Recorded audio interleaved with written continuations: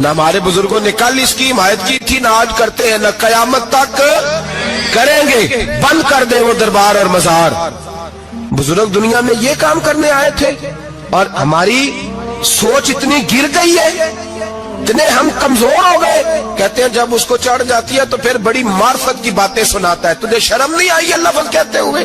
اب نشئی تجھے معرفت سکھائے گا؟ اب تو شرابی سے، بھنگی چرسی سے دین سیکھے گا؟ کہتے ہیں اس نے پی ہوئی تھی، چڑھی ہوئی تھی، میں بات کر دی تو میرا کام بن گیا۔ اتنی گندی اور میلی سوچ صاحب ایمان کی ہوتی ہے، تو اب نشیوں سے جا کر دعائیں کرائے گا؟ سن، میرے نبی پاک صلی اللہ علیہ وسلم نے فرمایا جو شراب پی لے، نشہ کر لے، اس کی تو 40 دن تک عبادت رب قبول نہیں فرماتا۔ تو کہتا چڑھی ہوئی تھی تو اس نے دعا کر دی، تجھے شرم ہی نہیں آئی بات کرتے؟ حیا ہی نہیں کیا تو نے جملہ بولتے؟ یہ کوئی تصوف اور طریقت ہے؟ جاؤ اٹھا کے لے جاؤ۔ ایسی کوئی تصوف اور طریقت ہمیں نہیں چاہیے، ہمیں وہ والی طریقت چاہیے جس میں خدا کے قرآن کی بات ہوتی ہے اور محمد مصطفیٰ کے فرمان کی بات ہوتی ہے صلی اللہ علیہ وسلم۔ تو بھائی یاد رکھو، یہ کوئی طریقہ نہیں۔ ایک مزار ہے، مجھے ایک صاحب کہنے لگے آ جائیں یہاں بھی فاتحہ پڑھیں۔ میں نے کہا یہاں کیا ہے؟ کہنے لگے تھے تو بابا جی نشہ وشا کرتے، پر اب سنا ہے لوگوں کی منتیں بڑی پوری ہوتی ہیں۔ مجھے جذبات بڑے کم آتے ہیں۔ میں نے اس آدمی کو گریبان سے پکڑ لی، میں کہ ادھر ہٹ، وہ تو نشہ کرتا تھا اور تو جاتا تھا، تیری یہ کیسے طاقت ہوئی؟ تو نے مجھے مشورہ دے دیا ہے، تو ہمیں کمزور سمجھتا ہے؟ ہم کمزور ایمان کے لوگ ہیں، اور میں یہاں تجھے کہوں گا نہیں نہیں میں یہاں نہیں جاتا، میں وہاں جاتا ہوں۔ بالکل کوئی لگی لفٹی بات نہیں، کھری بات۔ تصوف وہ، دربار وہ جہاں قرآن پڑھا جائے اور رسول اللہ کی حدیث سکھائی جائے، باقی کوئی مطلب نہیں کسی قسم کا۔ میں داتا صاحب کبھی جاؤں نا جلسہ کرنے کسی کام سے، کسی تقریب میں، تو میں داتا صاحب کے مزار پہ نہیں جاتا۔ میں کہتا ہوں یار یہ یرانہ نہیں کہ بندہ کسی کام آیا تھا تو فاتحہ پڑھ لی، واپس چلو۔ گکھڑ سے اسپیشل آئیں گے داتا صاحب کے مزار پہ حاضری دیں، اور میرے سنگی گواہ ہیں کہ میں اسپیشل ٹائم نکال کے بہت سارے کام چھوڑ کے اسپیشل جاتا ہوں، اور میں مراد ماننے نہیں جاتا، میں داتا صاحب کا شکریہ ادا کر دے جاتا ہوں۔